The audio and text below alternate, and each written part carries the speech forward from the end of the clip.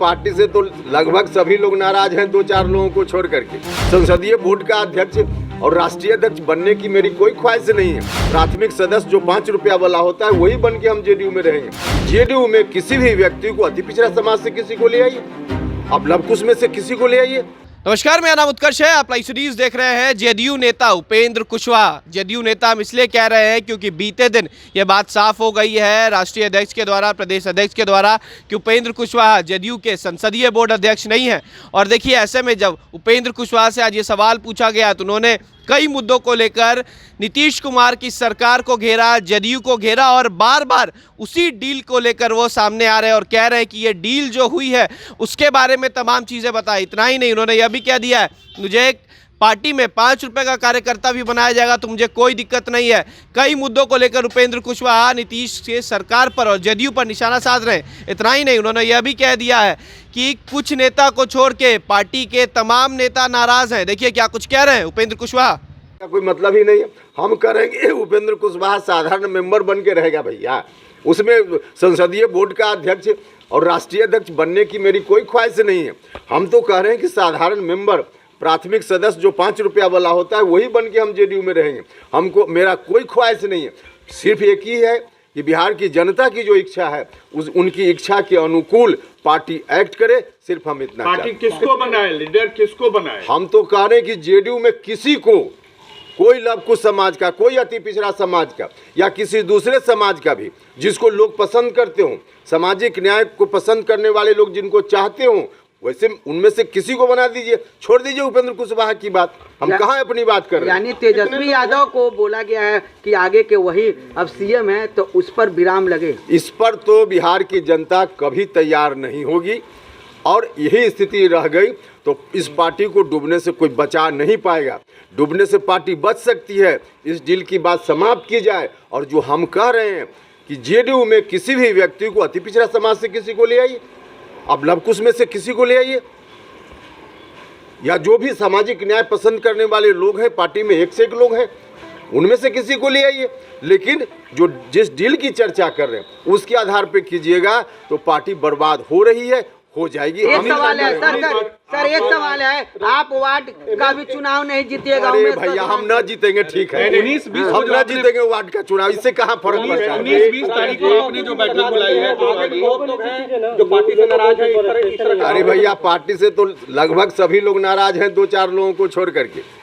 2-4 लोग जो गिनती के हैं, जो मुख्यमंत्री के इर्द गिर्द रहते हैं। देखिए, सच बात यही है कि आज मुख्यमंत्री जी भी अपनी इच्छा से कुछ नहीं कर पा रहे हैं। अपनी इच्छा से मुख्यमंत्री जी करते तो इतने दिनों के संघर्ष के बाद सत्ता में आए और इतनी मेहनत करके बिहार को उन्होंने एक बड़ा झंझावात से निकाल करके बिहार को उन्होंने बाहर लाया है।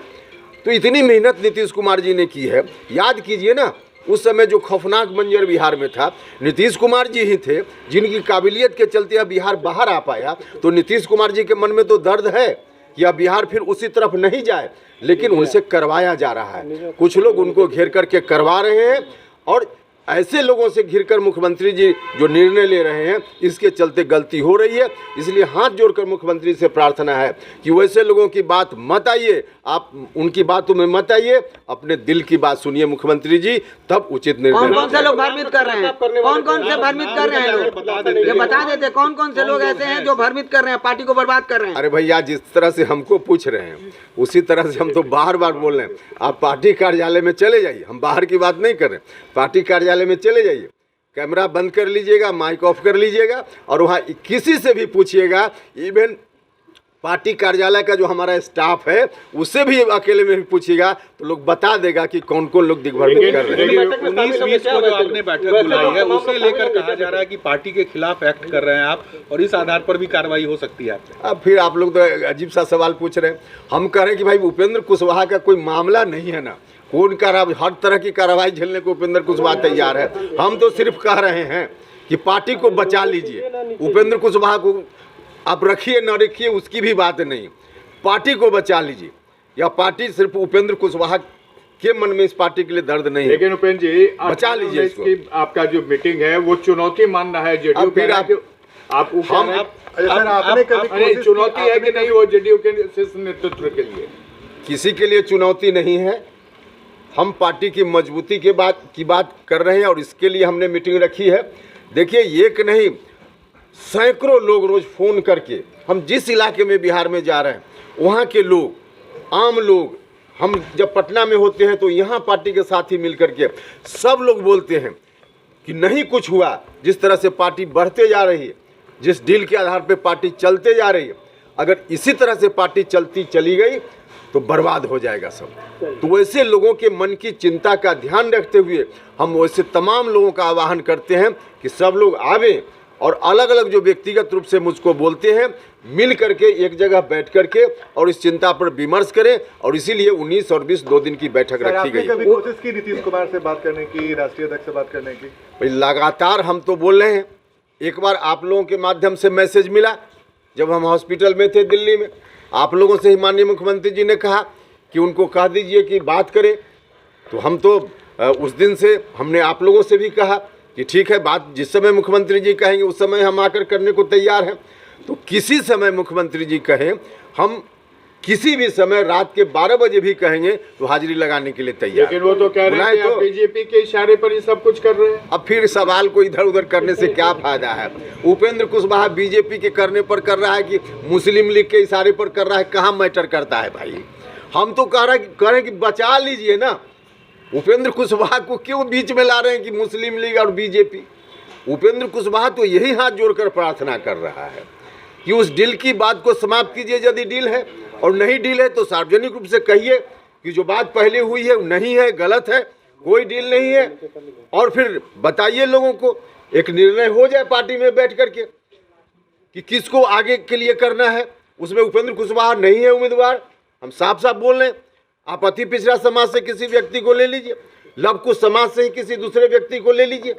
जिन लोगों ने मिलकर कुर्बानी दी, संघर्ष किया, उनमें से किसी को भी ले लीजिए और उसको आगे कर दीजिए। हम तो इतना कह रहे हैं पार्टी बचाने के लिए। किसी को आगे कीजिए, नीतीश कुमार आगे सीएम का उम्मीदवार नहीं हो, यानी कि आप लोग अब नीतीश कुमार आगे नहीं, नीतीश कुमार को एक तरफ सब लोग कहते प्रधानमंत्री बने, आप कहें कि आगे मुख्यमंत्री के उम्मीदवार नहीं हो। आप क्या हमसे कहवाना चाहते हैं भाई? इस सवाल ही अजीब किस्म क्या लगता है कि पार्टी अभी अगरों के हिसाब से चल रही है? अगरों पिछड़ों का मामला नहीं है भैया, सवाल है 2-3 व्यक्ति का, 2-3 व्यक्ति का।